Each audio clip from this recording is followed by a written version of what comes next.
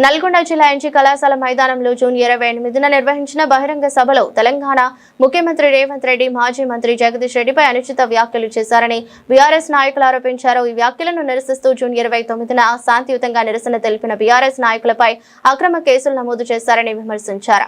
ఈ క్రమంలో జూలై 10న నల్గొండకు చెందిన బీఆర్ఎస్ నాయకులు అంజీ జయచందన్లపై 4 సెక్షన్ కింద అక్రమ కేసులు ఎఫ్ఐఆర్ నమోదు చేసినట్లు తెలిపారు. ఈ సందర్భంగా జయచందన్ మాట్లాడుతూ ప్రభుత్వం ఎన్ని అక్రమ కేసులు నమోదు చేసినా వాటిని ఎదుర్కొనేందుకు తాము సిద్ధంగా ఉన్నామన్నారు. నువ్వు ఎన్ని అక్రమ కేసులు పెట్టినా ఎదుర్కోవడానికి బీఆర్ఎస్ నాయకులు సిద్ధంగా ఉన్నారు.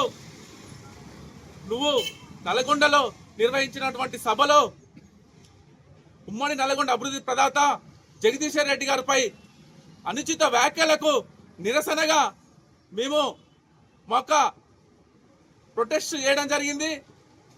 దానికి మీరు ఈరోజు కేసులు పెట్టి మమ్మల్ని పోలీస్ స్టేషన్ పిలిపించడం జరిగింది.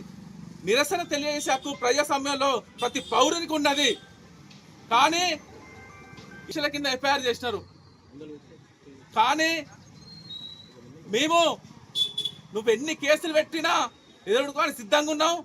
నువ్వు నల్లగొండకు వచ్చి నల్లగొండ అభివృద్ధి పైన ప్రశ్నించకుండా వ్యక్తిగత ఆరోపణలు చేసి ఇక్కడ ఉన్న ఇల్లు అభివృద్ధి గురించి అడుగుతానని ఇక్కడ ప్రజల మైండ్ డైవర్ట్ చేయడానికి వ్యక్తిగత ఆరోపణలు చేసి నువ్వు డైవర్షన్ పాలిటిక్స్ చేస్తున్నావు. కానీ అదే అభివృద్ధి పైన చర్చకు రమ్మంటే ఏ ఒక్క నాయకుడు కూడా ఇంతవరకు రాలేదు.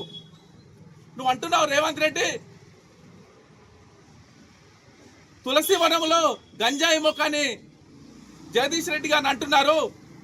అది కాదు రేవంత్ రెడ్డి, గంజాయి వనంలో తులసి మొక్క మా జగదీష్ అన్న, మీకు దమ్ముంటే మీ 11 మంది ఎమ్మెల్యేలు రండి, నల్లగొండని ఏ విధంగా అభివృద్ధి చేసిండో సెంటర్లో చర్చకు వస్తాడు అన్న. మీకు దమ్ముందా 11 మంది ఎమ్మెల్యేలు రావడానికి? కాబట్టి ఇటువంటి కేసులు ఎన్ని పెట్టినా మేము ఎదుర్కోవడానికి రెడీగా ఉన్నాం. ఇప్పటికైనా రేవంత్ రెడ్డి కేసులు గురించి కాదు, నువ్వు అభివృద్ధి పైన దృష్టి పెట్టు.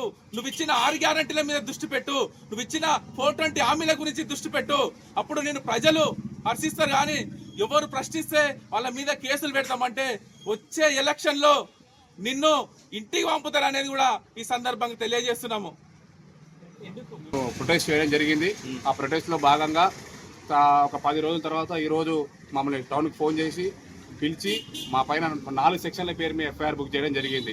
అంటే మేము చేసే తప్పేంటో మాకు చెప్పకుండా పసలేని కేసులు పెట్టి, సంబంధం లేని కేసులు పెట్టి, మేము చేసిన పనికి కేసులకు సంబంధం లేదు, వీళ్ళు పెట్టిన కేసులకు సంబంధం లేదు, ఏదో రకంగా మా గొంతును అణచివేయాలని చూస్తున్నారు. కానీ రేవంత్ రెడ్డి ఖబర్దార్ చెప్తున్నాం, మా విద్యార్థుల గొంతులని, మా ప్రశ్నించే గొంతులని నువ్వు అక్రమ కేసుల ద్వారా ఆపాలని చూస్తే అది నీ వల్ల కాదు. నువ్వు నల్గొండకు వచ్చి నువ్వు ఇచ్చిన హామీల గురించి మాట్లాడకుండా, నల్గొండ అభివృద్ధిపై చర్చ పెట్టకుండా, నువ్వు నల్గొండకి ఏం హామీలు ఇస్తావో, ఎన్ని నిధులు ఇస్తావో చెప్పకుండా అదే గబ్బు మాటలు, అదే కంపు నోరు. మూసి గురించి మాట్లాడినావు కదా, నీ నోరు మూసి కన్నా అధ్వానంగా ఉంది. అభివృద్ధి పైన మేము అభివృద్ధిపై ప్రశ్నించినందుకు మా కేసులా? దమ్ముంటే రండి, గడియారం సెంటర్ రండి, చర్చిద్దాం అందరం కలిసి. మీరు మీ నాయకులతో రండి, మేము మా నాయకులతో వస్తాం, దమ్ముంటే చర్చించుకుందాం. కానీ అక్రమ కేసులేంది, మేము చేసిన పని ఏంది, మీరు పెట్టిన కేసులేంది, పసలేని కేసులు చూడండి. చూపియనన్నా మీరు కూడా అందరికీ. మీరు అసలు అంటే పోలీసులు ఏం సమాధానం చెప్పి ఈరోజు రమ్మారు, వచ్చిన తర్వాత ఏం చెప్పారు మీకు? మాకు యాక్చువల్గా ఫోన్ చేయడం ఏమైందంటే, మీ మీద ఇట్లా నార్మల్ ఆ రోజు తీసుకుని దానం చేసినాం, మేము ఎఫ్ఐఆర్ అయింది, మీరు టౌన్కి వచ్చి నోటీస్ తీసుకొని పోవాలని చెప్పారు.